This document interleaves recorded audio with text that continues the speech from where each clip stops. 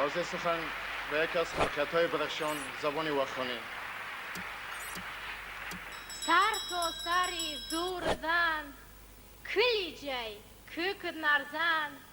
dum dünyot da dünya i bihiştet uhvatan de sarod de dara tpıştan tırpışta şmoli silqin tavdi tblo avoy toza uçnaksan t ayloq arbena khami qishloq hikperchot iloytsede çizmoki tiolchto yav dracht كانت يا وقوس يا وشرقيني لوكسوس هيكن كلي أنارتي هيك برشوك سبلوخش نوس بومير تغير سار تو سار غيري كوهت غارت جار تي شغنونت تي مرغوب